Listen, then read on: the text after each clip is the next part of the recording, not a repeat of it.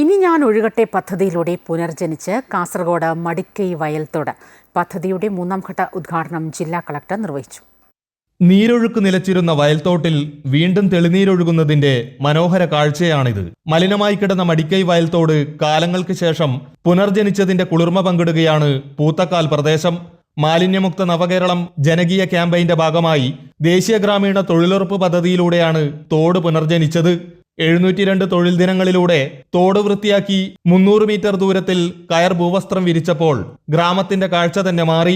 3.5 ലക്ഷം രൂപ ചിലവഴിച്ചാണ് ഇനി ഞാൻ ഒഴുകട്ടെ പദ്ധതി മടിക്കൈ വയൽത്തോട്ടിൽ യാഥാർത്ഥ്യമാക്കിയത്. തൊഴിലുറപ്പ് തൊഴിലാളികളും ജനപ്രതിനിധികളും പങ്കെടുത്ത ചടങ്ങിൽ വെച്ച് ജില്ലാ കലക്ടർ കെ ഇമ്പശേഖർ ഇനി ഞാൻ ഒഴുകട്ടെ മൂന്നാം ഘട്ടത്തിന്റെ ഉദ്ഘാടനം നിർവഹിച്ചു. കാസർഗോഡിനെ സംബന്ധിച്ചോളം ഒരു പഞ്ചായത്തിലും മിനിമം ഒരു പാടശേഖരത്തിലെങ്കിലും നമുക്ക് ഇത് ചെയ്യണമെന്നാണ് നമുക്ക് നേരത്തെ നിർദ്ദേശം കൊടുത്തിരുന്നത്. അപ്പോൾ അത് പ്രകാരം വളരെ മാതൃകപരമായിട്ടുള്ള ഒരു വർക്കാണ് മടിക്കയിൽ ചെയ്തിട്ടിരിക്കുന്നത്.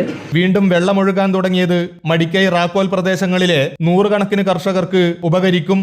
ഇനി ഞാൻ ഒഴുകട്ടെ പദ്ധതിയിലൂടെ 700ഓളം ചെറുതോടുകളാണ് ജില്ലയിൽ ഇത്തവണ ശുചീകരിക്കുന്നത്. അമൃത ന്യൂസ്, കാസർഗോഡ്.